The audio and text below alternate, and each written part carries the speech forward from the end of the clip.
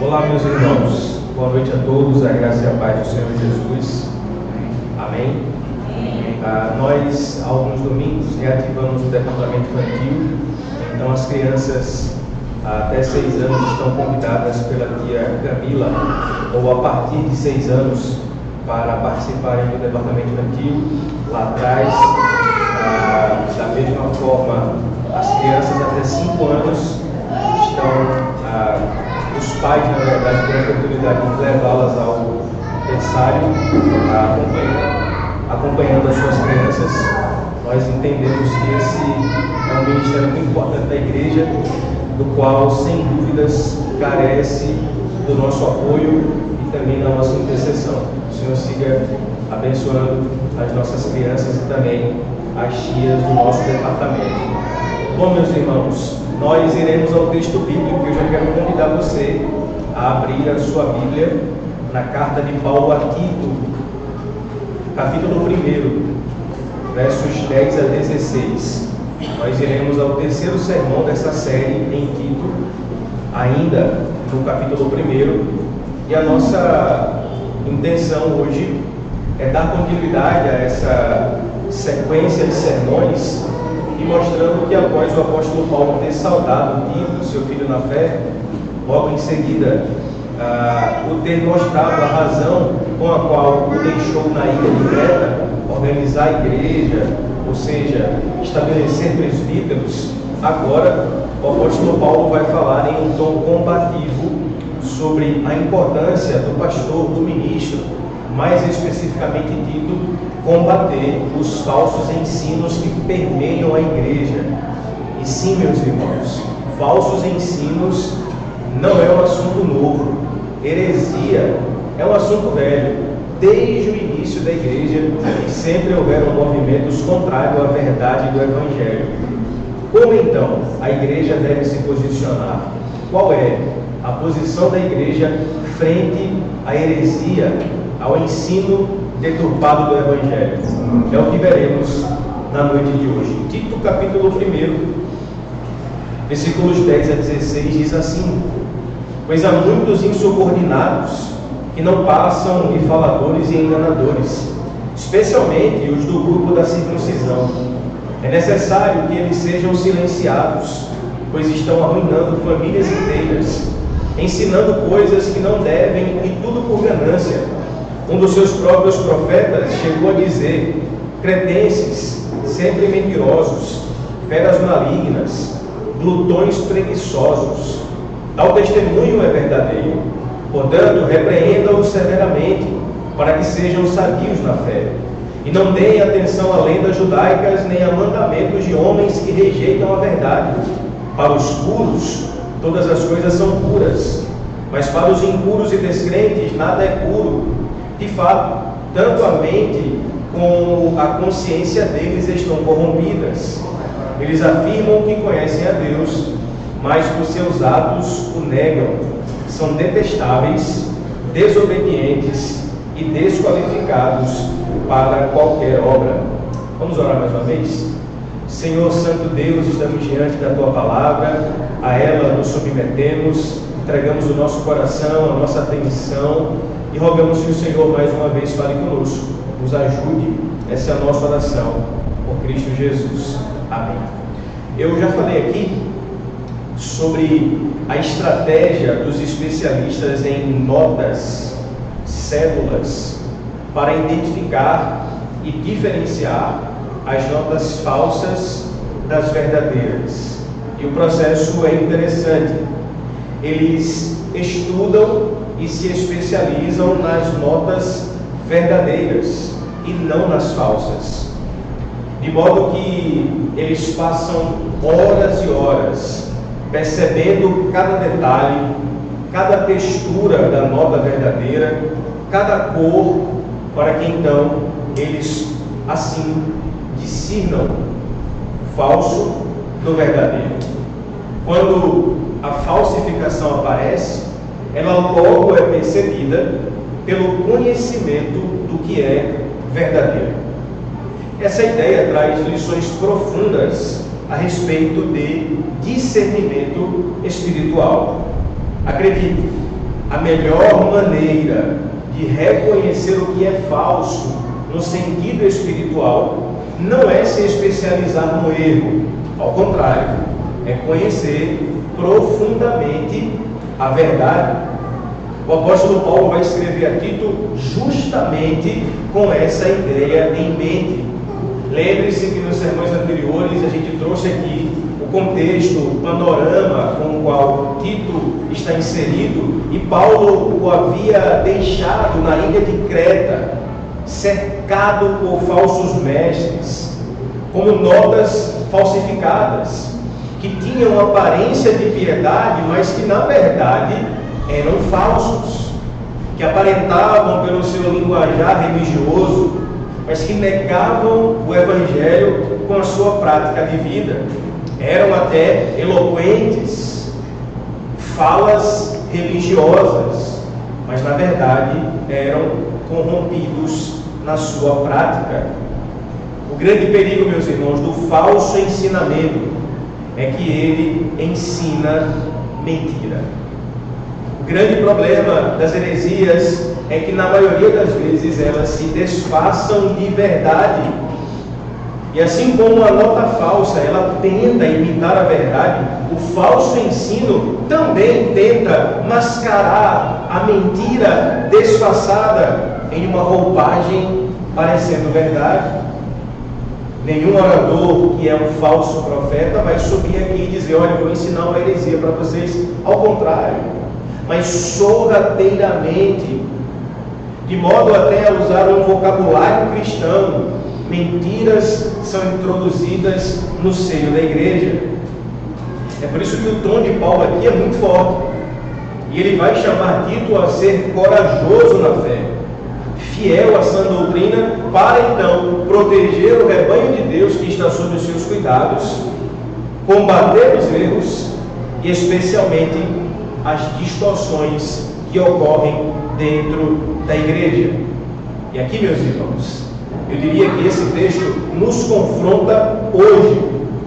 Pensando sobre nós hoje, a pergunta que surge é exatamente essa: como ou quais são, ou qual deveria ser a reação da igreja diante das falsificações espirituais? Em dias em que muitos parecem ser o que não são, que enganam por uma retórica e uma oratória que parece ser piedosa, como, meus irmãos, nós devemos identificar o falso no meio do verdadeiro? Se o chamado de Tito é defender a verdade e manter a pureza do Evangelho, nós também somos chamados a nos ancorar na palavra de Deus, defendendo o que é verdadeiro, ao tempo que denunciando o que é falso. Vamos então olhar para esse texto e tirar dele lições preciosas acerca de como agem os falsos ensinadores, os falsos mestres, e qual a postura adequada da igreja diante dessa realidade. No verso 10, o apóstolo Paulo vai argumentar o seguinte: pois há muitos insubordinados, faladores vãos, enganadores, especialmente os do partido da circuncisão. Veja como Paulo começa demonstrando a natureza dos falsos mestres. E Paulo não alivia nas suas palavras. Paulo, eu diria, não era politicamente correto. É provável que Paulo hoje, nos nossos dias, onde tudo é hipersensível, ele fosse cancelado. Paulo vai usar uma linguagem forte. Ele vai dizer que o número de falsos mestres era muitos. E isso já nos alerta, meus irmãos. Heresia não é um problema pontual da igreja, ao contrário. A heresia é um tipo de epidemia que se espalha com facilidade, que se instala nas igrejas, e os falsos mestres, meus irmãos, não são uma exceção, eles são constantes. E eu diria que nos nossos dias, infelizmente, quase que a cada esquina, eles estão pregando falsos evangelhos. E desde os dias dos apóstolos até os nossos dias, sempre houve e sempre haverá quem use o nome de Deus e o Evangelho para deturpá-lo a fim de introduzir os seus próprios interesses. Paulo então vai demonstrar as características desse falso ensino ou desse falso ensinador. E ele começa dizendo que eles são insubordinados. E essa insubordinação fala exatamente de uma rebeldia à autoridade da palavra de Deus. A palavra grega para insubordinados é anipotáketos, que significa literalmente sem sujeição, sem submissão. Ou seja, essas pessoas não se curvaram à autoridade apostólica de Paulo e nem à verdade do Evangelho. E aqui, meus irmãos, está o primeiro traço do falso mestre. Escute bem, ele não suporta estar debaixo de autoridade. O falso mestre não gosta de sentar para aprender, ao contrário, ele gosta de se levantar para ensinar. Ele gosta de falar, não de ouvir, de comandar, não de servir. Todo falso ensino, meus irmãos, ele nasce primeiro de um coração que se rebela contra a autoridade da palavra de Deus. Portanto, antes de negar uma doutrina, o falso mestre nega submeter-se a Deus e a sua palavra. E quantos ainda hoje falam de revelações novas fora do cânon bíblico, ou de verdades ocultas que ninguém conhece, só daquela determinada seita, porque não aceitam que a Bíblia seja a última palavra.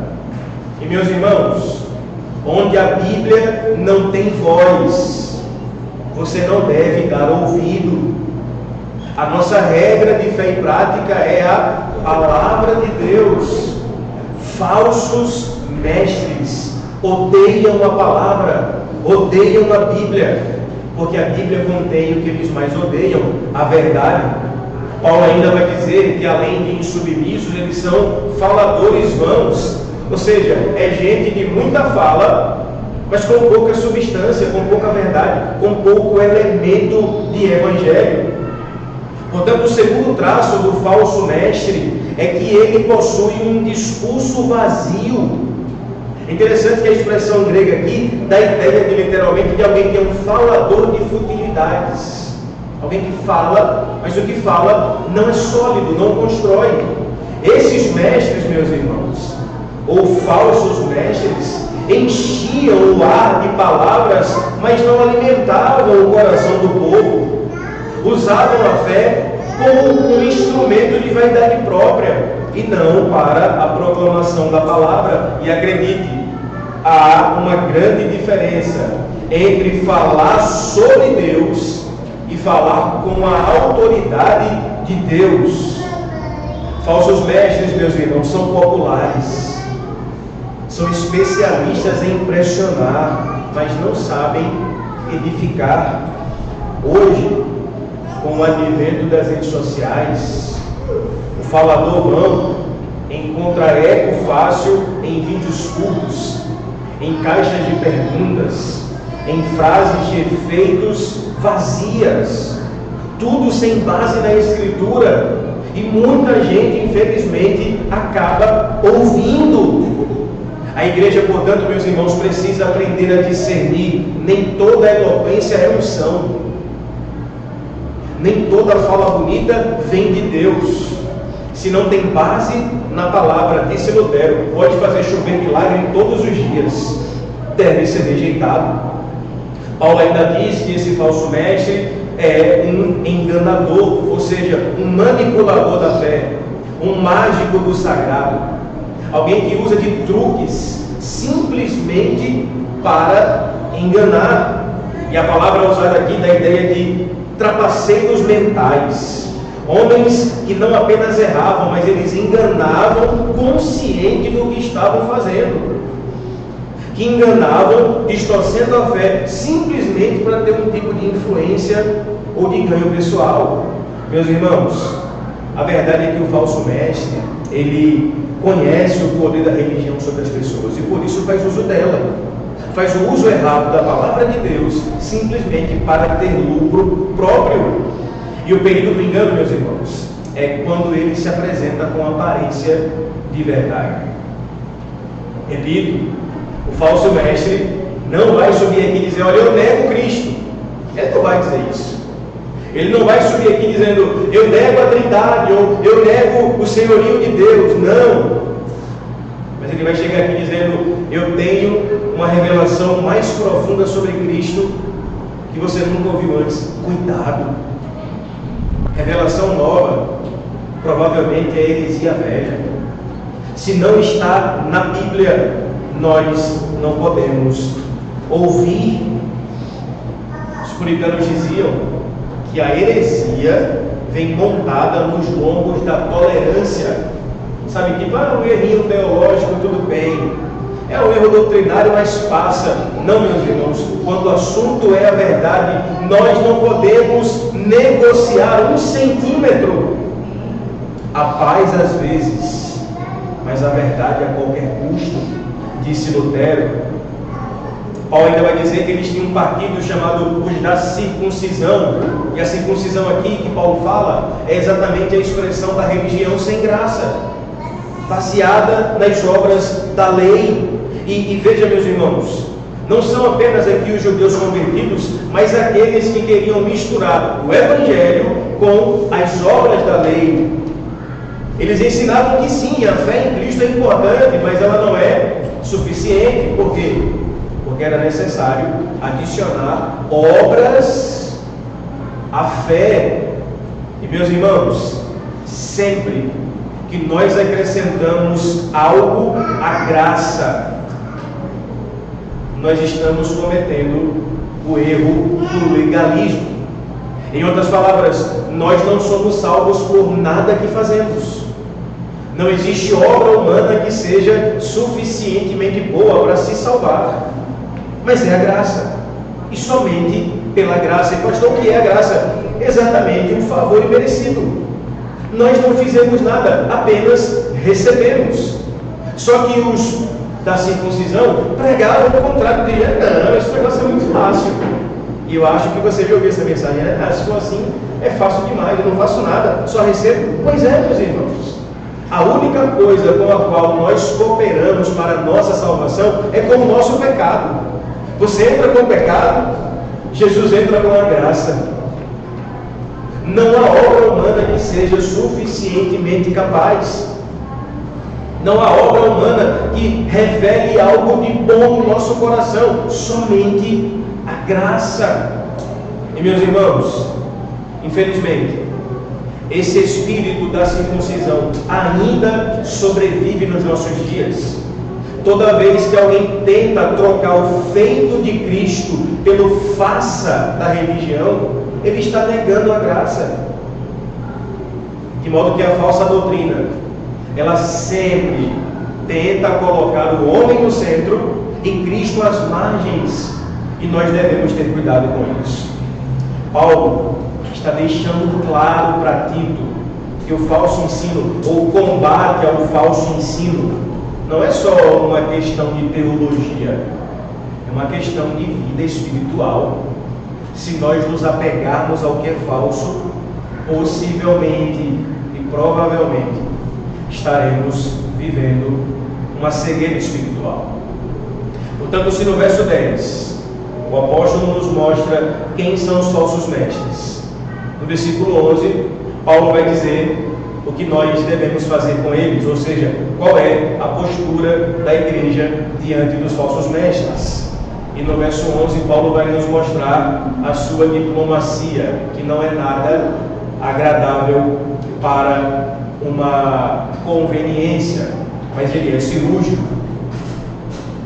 Olha o que diz o verso 11: é necessário, palavras de Paulo, que eles, os falsos mestres, sejam silenciados, pois estão arruinando famílias inteiras, ensinando coisas que não devem, e tudo por ganância. Olha que verdade paradoxal e anticultural do Evangelho. Irmãos, o Evangelho, como cantamos aqui há pouco, é uma boa notícia. É a mensagem de vida, mensagem de graça, de amor, Mas também, o Evangelho, em alguns contextos, exige calar certas vozes que apregoam mentira. E eu sei que isso soa como um escândalo para a nossa cultura, que idolatra a ideia da liberdade a todo custo, a ideia de tolerância sem limites, de que todo mundo tem que ter a sua opinião, deve ter espaço. Mas Paulo lembra, nem toda voz constrói, algumas destroem e devem ser calados. Devem ser, portanto, silenciados. Irmãos, igreja séria atrai gente séria. E igreja séria não negocia a verdade. Quem leva Deus a sério não dá espaço para ouvir heresia. Vem de João Calvino uma frase que diz que um cristão que não tem discernimento chama heresia de voz de Deus. E se a nossa base não for a palavra, nós iremos chamar heresia de voz de Deus. Paulo disse, é necessário que eles sejam silenciados.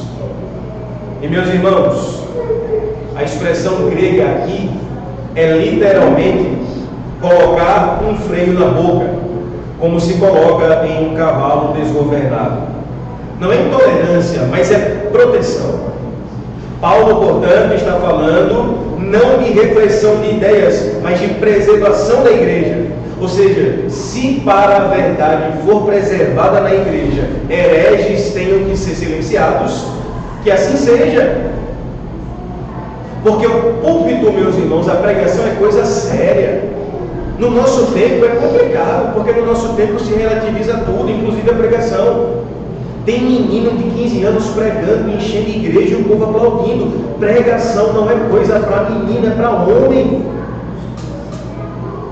A pregação, a exposição da palavra de Deus é coisa séria. E, portanto, corações mal intencionados ao pregar a palavra com sutileza levam pessoas ao inferno. A nossa postura, nas palavras de Paulo, não deve ser de conveniência, tampouco de tolerância. E aqui o Evangelho, de fato, ele é paradoxal, porque ele ama o pecador, mas confronta o erro. E é nossa missão denunciar o falso, apontando a verdade. Meus irmãos, o tom pastoral às vezes será silenciar impostores com voz dentro da igreja. É esse zelo que Paulo quer despertar em si. É esse cuidado com a igreja. Lembra, a igreja é coisa séria. Isso aqui é a melhor coisa do mundo. A vida na igreja é uma bênção. E para que a igreja continue sendo bênção, ela precisa levar a palavra de Deus a sério. Porque senão, olha o que Paulo diz, eles devem ser silenciados por quê? Porque estão arruinando famílias inteiras. Esse aqui é o impacto doméstico da heresia. Quando a heresia é pregada e sem combate, famílias inteiras são destruídas. Meus irmãos, a falsa doutrina não é um problema teórico. Na verdade, a falsa doutrina é um vírus que se espalha, destrói famílias, abala relacionamentos e mina a confiança na palavra de Deus. Eu conheço pessoas que literalmente foram destruídas por falsas doutrinas, por falsas promessas de prosperidade, por falsas promessas de que Deus mandou você casar com fulano ou com ciclano. Meus irmãos, nós temos que nos basear na palavra de Deus. Quantos lares hoje estão sendo arruinados por discursos religiosos que não ensinam o Evangelho? Eu já vi igreja, que se diz igreja, tirar dinheiro de viúva, que a Bíblia manda a igreja cuidar. Mas a igreja tira o dinheiro da viúva, dizendo que se ela desse, Deus ia honrar. Mensagem de Satanás, meus irmãos. E nós não devemos nos silenciar diante disso. Muitos buscam um tipo de profecia, revelações humanas, líderes que fazem do seu do seu púlpito, do seu ministério, um verdadeiro império. E Paulo está vendo isso acontecendo em Creta. Os falsos mestres destruindo lares, manipulando famílias inteiras, destruindo a fé genuína do Evangelho. E quando, meus irmãos, o falso ensino, ou quando o ensino é falso, acredite, o dano não é apenas teológico, ele é relacional. Famílias inteiras são destruídas pelo falso ensino. E acredite, eu diria que é mais fácil lidar com demônios do que com gente que foi criada à base de falso ensino, com a mente cauterizada. A teologia errada, irmãos, acaba criando famílias doentes. Por que é que a gente deve valorizar a exposição da palavra? Por que é que a gente deve levar a sério a membresia, a igreja? Porque, irmãos, falso ensino destrói famílias. Paulo ainda vai dizer que o resultado, ou como resultado disso, é que esses falsos mestres, eles atuam por ganância. Disse ele, fazem isso tudo por ganância. Quer conhecer um falso mestre? A palavra que ele mais ama é dinheiro. Um falso mestre ama falar sobre dinheiro. O Deus dele, na verdade, é Mamon, a divindade do dinheiro. Um falso mestre não prega por amar a verdade, mas por amar o próprio bolso. Eles usam a fé como empresa, o púlpito como vitrine e o povo como produto. E é engraçado como essas igrejas crescem, como elas se multiplicam e se enchem cada vez mais, porque acredite nisso, irmãos. As pessoas estão atrás disso como um drogado atrás de droga, viciados, porque há demanda quando há oferta e vice-versa. Mas quem ama a verdade vai entender que o Evangelho é sempre contrário a esse tipo de lógica. Cristo não vendeu a salvação, Ele a deu de graça. O Senhor Jesus, inclusive, na lógica da teologia da prosperidade, Ele seria amaldiçoado, não é? Porque qual é a lógica da teologia da prosperidade?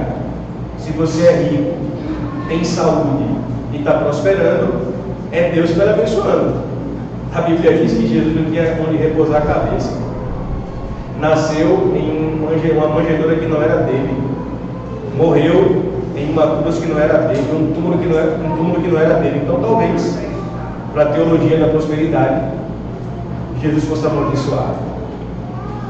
O Evangelho de Jesus, meus irmãos, entende que a ganância não se mede só pelo dinheiro, mas por ego, visibilidade, aplauso, poder. Tem muito líder embebecido nesse tipo de vaidade.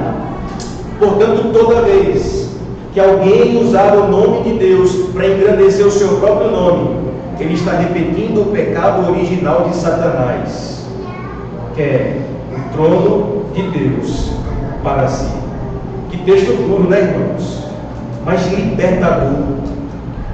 Porque se nós entendemos que a igreja é algo sério, devemos partir dos pressupostos corretos.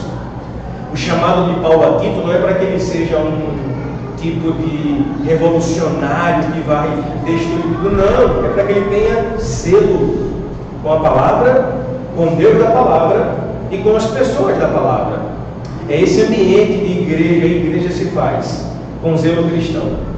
É por isso que no próximo versículo Paulo vai até citar um poeta que não era cristão, mas que falou verdades a partir da sua cosmovisão. E que maravilhoso isso! Paulo era especialista em fazer um tipo de exegese cultural, olhar para a cultura vigente e perceber que ela pode apontar para verdades do Evangelho, porque o Evangelho é tão poderoso que não apenas desmascara o erro, mas transforma até os enganadores em instrumentos de luz quando há arrependimento. Olha o que ele vai dizer no versículo 12. Um dos seus próprios profetas chegou a dizer: cretenses, sempre mentirosos, feras malignas, glutões preguiçosos, E veja como é interessante isso. Paulo está fazendo aqui algo extraordinário. Ele vai citar um poeta pagão chamado de Epimênides de Creta para descrever a própria cultura do povo a qual Tito foi enviado. E isso é fascinante, porque o apóstolo inspirado não tem medo de usar uma voz de fora para confirmar uma verdade que vem de dentro. Ele mostra, portanto, que até a cultura secular, quando observada com honestidade, testemunha o que o Evangelho já revela sobre a condição humana. E o que é que Epimênides diz sobre os cretenses? É devastador. Um profeta / poeta da ilha de Creta olhou para o seu povo e disse: eu vou definir esse meu povo. Como é que ele vai definir? Vai chamá-los de mentirosos, feras malignas, glutões preguiçosos. Falta só dizer aqui, flamenguista. O fato é que Paulo está olhando para a sua cultura e está percebendo a partir da ótica com a qual ele enxerga, ou melhor, o profeta está olhando com a ótica do seu tempo e percebendo que o seu povo estava preso na mesma queda de Gênesis 3. E essas três expressões, elas são interessantes, porque embora ásperas, descreve uma cultura moralmente deformada. Paulo vai dizer que eles eram mentirosos. A primeira característica do povo que Tito estava pregando o Evangelho é que eles eram mentirosos. É interessante que existia uma expressão em Corinto, a igreja que Paulo escreveu as cartas. Corinto era conhecida pela prostituição cultural. E quando alguém dizia assim, vamos corintianizar, essa expressão estava dizendo que eles iam se prostituir. Já quando alguém dizia cretanizar, era para definir mentira. Tamanha a cultura mentirosa dessa ilha. Portanto, a ideia é de algo que era usado na cultura de Creta para enganar, para trapacear, distorcer. Creta tinha fama de ser um povo que negociava a verdade, moldando a verdade pela conveniência. E não é curioso como isso soa familiar nos nossos dias? A gente vive exatamente o tempo em que a mentira também se tornou aceitável, às vezes até estratégica, sim ou não? De modo que a gente chama até de marketing o que é manipulação, de narrativa o que é falsificação, de opinião o que é calúnia. E o perigo é quando isso atinge a igreja, quando a verdade, irmãos, deixa de ser o centro da pregação e o Evangelho é substituído por discursos de autoajuda e promessas vazias, mensagens que colocam o homem no centro, que diz que Deus vai realizar todos os seus sonhos, inclusive os pecaminosos.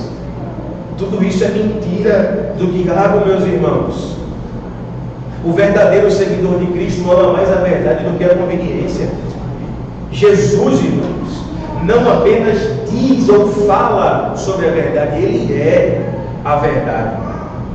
E a mentira, devemos lembrar, é o idioma do inimigo. Jesus diz que ele é o pai da mentira. Paulo ainda fala que o profeta Epimênides fala que esse povo eram feras malignas. Olha que imagem para descrever um povo, uma cultura sem Deus, ou seja, eles tinham instinto sem amor. Epimênides chama os cretenses de feras malignas, um termo que sugere um comportamento selvagem, impulsivo, dominado pelos instintos. É o retrato de uma sociedade sem domínio próprio, sem compaixão, sem se colocar no lugar do outro, onde cada um vive por si e apenas o outro é um obstáculo para que eu consiga os meus próprios objetivos. E não, Paulo não está falando da nossa sociedade do século XXI, mas caberia, né? Uma sociedade cada vez mais egoísta e que sim, vivemos em meio a feras malignas. Quer ver coisa? Vá no trânsito, você vai ver. a selvageria desenfreada, ou no trabalho, ou em qualquer outro ambiente, a lógica do mundo é exatamente essa: o eu acima de qualquer coisa. Meus irmãos, a tarefa de Tito não era fácil. Ele estava inserido em uma cultura hostil ao Evangelho. Nós não somos diferentes. As pessoas ao nosso redor ainda ridicularizam a fé por não entenderem a verdade do Evangelho. Paulo ainda vai dizer que Epimênides define os cretenses como glutões preguiçosos. E essa terceira expressão, ela fecha o retrato com uma ironia amarga. Os cretenses eram glutões preguiçosos, ou seja, pessoas que vivem somente para o prazer, mas sem propósito. Buscam satisfação sem missão. É o retrato do que nós podemos chamar de hedonismo espiritual. Eles querem simplesmente desfrutar dos benefícios sem carregar cruz. Creta, ao que parece, era uma ilha de excessos. Boa comida, festas, conforto, indulgência. Paulo olha e diz: eis o perigo. Um cristianismo que quer só festa, mas que não quer renúncia, que quer bênção, mas não quer arrependimento. É um glutão preguiçoso. Alguém que não se tornou de fato um discípulo de Cristo, que não nega a si mesmo e que quer viver simplesmente do seu próprio jeito. Meus irmãos, é interessante a síntese que Paulo faz entre evangelho e cultura. Lembre, Paulo está citando um poeta ou um profeta que não era nem crente. E Paulo cita isso e coloca na palavra, está na Bíblia. E você ainda está nessa de, pastor, será que pode vir buscar todo mundo ou não? Paulo citou um cara que não era nem crente, está na palavra.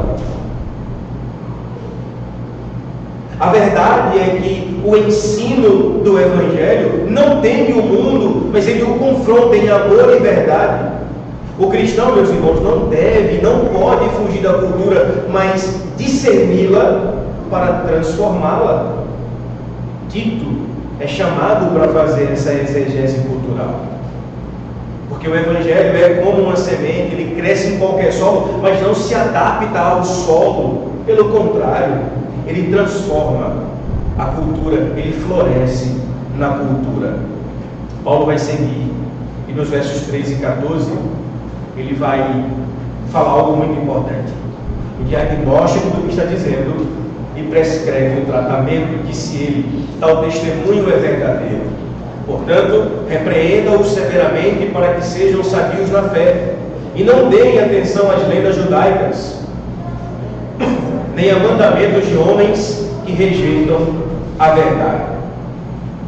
Paulo diz que é função de Tito repreender a igreja para que eles andem na verdade. E a ideia de repreender aqui traz o propósito de ensinar para restaurar. Ou seja, não é que Tito deve ser um professor que simplesmente dá bronca. Não é isso, irmãos. O objetivo não é humilhar, mas trazer de volta a saúde espiritual. Portanto, todo pastor que usa de autoridade para abusar de pessoas, para ridicularizar outros, para humilhar de forma pública, ele não está sendo um pastor bíblico. Porque a ideia de Paulo aqui é mostrar que a repreensão, quando acontece, é em amor e para devolver a saúde espiritual. O falso ensino, irmãos, lembre, é como um vírus. Se não for tratado, contamina o corpo, a igreja. É por isso que a repreensão deve ser feita em amor. Podemos falar aqui sobre disciplina eclesiástica. Por que há disciplina eclesiástica na igreja? Ou seja, tratar pecados é importante, porque não é ganhar o do irmão, mas é ganhar o irmão de volta. O irmão que pecou deve ser repreendido, deve ser exortado, mas isso em amor, para que a saúde espiritual possa voltar e ele possa estar ativo na vida da igreja. Paulo diz ainda que Tito deve repreender esses que são apegados às fábulas, aos mandamentos de homens, a esse tradicionalismo apegado simplesmente ao legalismo, regras religiosas inventadas, gente que coloca peso onde a Bíblia não coloca e quer ditar como você deve se vestir, o que vestir, o que não vestir, o que usar, o que não usar. Meus irmãos, essas fábulas acontecem ainda hoje, de modo que líderes que pregam o moralismo e não a cruz estão apelando para as fábulas inventadas da sua própria cabeça. É aquele meme, né? Fonte, vozes da minha cabeça. O cara fala assim: olha, a partir de agora todo mundo na igreja é careca, meu pastor é careca. Qual é a fonte, pastor? É a Bíblia? Não, vozes da minha cabeça. Eu ouvi aqui e agora é assim. Meus irmãos, repito, onde a Bíblia não tem voz, você não deve dar ouvido. E olhe a progressão do texto até aqui. No verso 10, Paulo mostra quem são os falsos mestres. No verso 11, diz que é necessário silenciá-los. Versos 13 e 14, como vimos, ensina como fazê-lo, com repreensão, com firmeza, ensino saudável. E agora, Paulo vai partir para os versos 15 e 16, fazendo um contraste teológico e moral interessante. Disse ele: para os puros, todas as coisas são puras, mas para os impuros e descrentes, nada é puro. De fato, tanto a mente como a consciência deles estão corrompidas. Eles afirmam que conhecem a Deus, mas por seus atos o negam. São detestáveis, desobedientes e desqualificados para qualquer boa obra. O que Paulo está fazendo aqui é mostrando que o problema dos falsos mestres não era uma questão simplesmente doutrinária, mas sobretudo espiritual. A corrupção deles não estava fora, mas na palavra de Paulo, dentro do coração, na consciência e nas obras. Quando Paulo diz que para os puros todas as coisas são puras, ele não está relativizando o pecado. Ele está dizendo, na verdade, que a pureza não é uma questão de rituais ou regras, como pregavam os falsos mestres, mas é uma questão de redenção interior.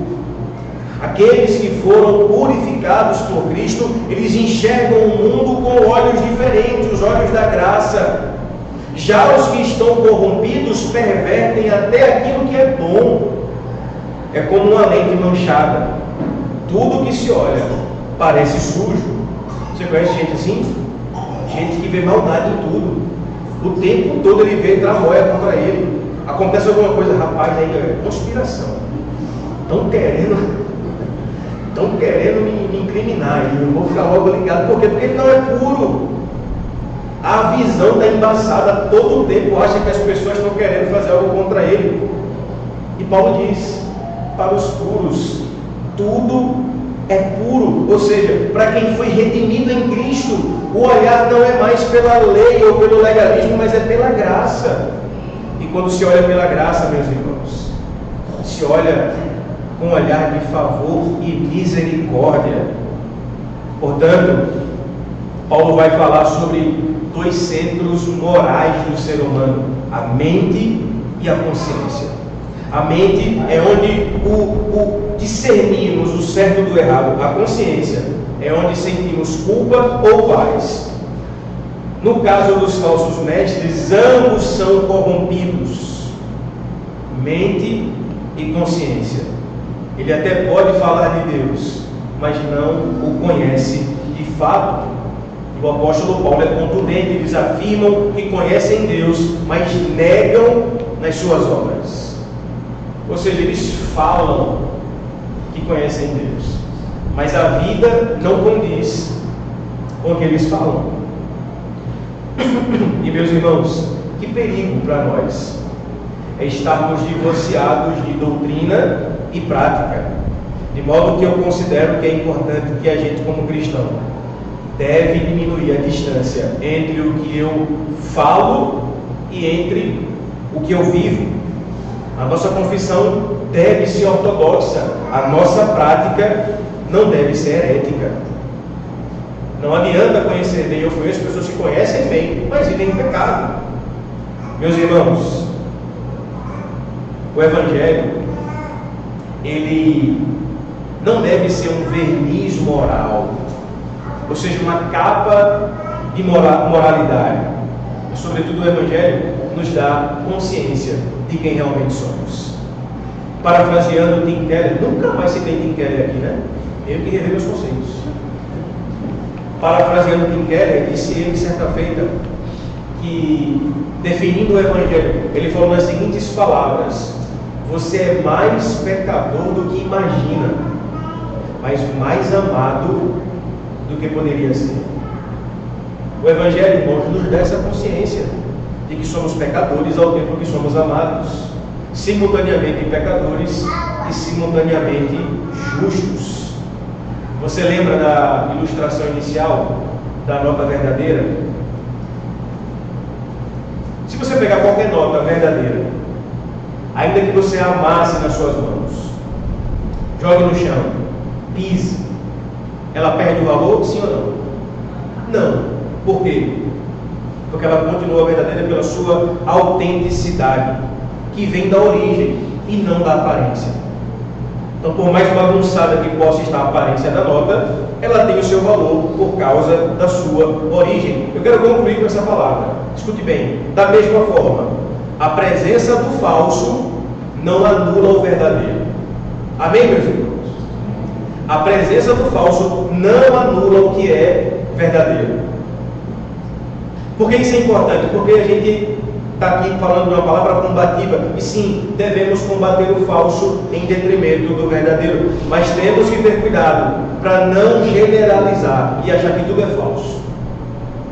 Porque se tem falso mestre, se tem falso ensino, se tem falsa igreja e falso pastor, também tem falso, ou melhor dizendo, também tem o verdadeiro evangelho, a verdadeira doutrina e verdadeiros pastores. Portanto, a presença do falso não anula o verdadeiro. Não é porque tem igreja caça-níquel por aí que tira dinheiro de pessoas que agora não dou mais dízimo. Agora ninguém vê mais um dinheiro meu na igreja, porque é tudo ladrão. Não, irmão. A presença do falso não anula o verdadeiro. Ah, é tudo herege aí, ó. Lutero fundou 30 mil seitas, né? Não, meus irmãos. Podem existir falsos mestres, falsos irmãos, falsos evangelhos, mas isso não apaga a verdade do evangelho e a genuína igreja de Cristo. A igreja é santa, irmãos. A igreja verdadeira é santa, é noiva do Cordeiro, ela é incorruptível. Ela vai morar com o seu Senhor para sempre. O mundo pode zombar, falsos profetas podem distorcer, mas a nota verdadeira do Evangelho continua com o seu valor eterno. Portanto, não deixe que o falso convença que tudo é falso. Valorize o que é verdadeiro. Porque, meus irmãos, aquele que nós seguimos, ele é a verdade encarnada. Cristo Jesus é a essência do que é verdadeiro. Já parou para pensar que aqui na igreja todo sermão converge para Cristo? Por quê? Porque tudo deve convergir para Ele. Cristo é o centro do Evangelho. Colossenses 1,15 diz que Ele é a imagem do Deus invisível. João 1,14 diz que Ele é a palavra encarnada. João 14,6 diz que Ele é a verdade personificada. Enquanto os falsos ensinos corrompem, Cristo purifica.